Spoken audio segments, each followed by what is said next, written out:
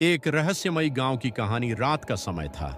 तेज बारिश हो रही थी और रास्तों पर घना अंधेरा छाया हुआ था।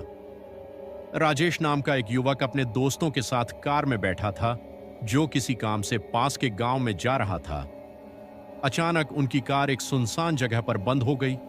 चारों तरफ घना जंगल था और दूर दूर तक कोई आबादी नजर नहीं आ रही थी। कुछ देर तक कोशिश करने के बाद भी कार ठीक नहीं हुई, तो राजेश ने तय किया कि उसे किसी गांव में जाकर मदद मांगनी चाहिए।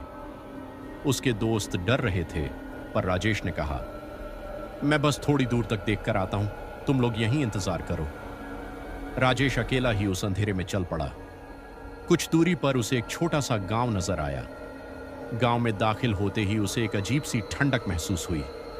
वहां कोई भी इंसान नजर नहीं आ रहा था और गांव में अजीब सी खामोशी छाई हुई थी। राजेश ने एक घर के दरवाजे पर दस्तक दी। कुछ देर बाद दरवाजा खुला और एक बूढ़ी औरत बाहर आई। उसकी आंखें अजीब सी चमक रही थीं और चेहरे पर एक भयानक मुस्कान थी। राजेश ने हिम्मत जुटाकर उससे मदद मांगी। बूढ़ी औरत ने मुस्कुराते हुए कहा, तुम अंदर आओ, मैं तुम्हारी मदद करूंगी। राजेश ने संकोच से घर के अंदर कदम रखा। अंदर का माहौल भी रहस्यमयी था। दीवारों पर अजीब अजीब आकृतियां बनी हुई थीं और कमरे में एक अजीब सी बदबू फैली हुई थी। बूढ़ी औरत ने उसे बैठने के लिए कहा और अचानक ही गायब हो गई। राजेश को कुछ अजीब महसूस हुआ। उसने कमरे से बाहर जाने का फैसला किया, लेकिन जैसे ही वह दरवाजे की ओर बढ़ा, दरवाजा अपने आप बंद हो गया। उसी वक्त उसे एक धीमी धीमी आवाज सुनाई देने लगी, मानो कोई उसके कानों में फुसफुसा रहा हो। आवाज धीरे धीरे तेज होती गई।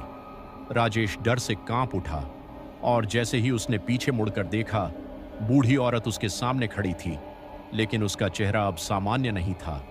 उसकी आंखें पूरी तरह सफेद हो चुकी थीं और उसके चेहरे पर एक डरावनी मुस्कान थी। तुम यहां से कभी वापस नहीं जा सकोगे, उसने फुसफुसाते हुए कहा। राजेश ने डर के मारे जोर से चिल्लाया। उसने दरवाजा खोलने की कोशिश की, लेकिन दरवाजा किसी तरह जाम हो चुका था। तभी उसे अपने दोस्तों की आवाजें सुनाई दीं। उसके दोस्तों ने दरवाजा खोलने की कोशिश की और अंततः किसी तरह से दरवाजा खुल गया। राजेश किसी तरह बाहर आया और उसने मुड़कर उस घर की ओर देखा। वहां न तो बूढ़ी औरत थी, न ही घर। वह जगह अब सिर्फ एक खाली सुनसान मैदान में बदल चुकी थी।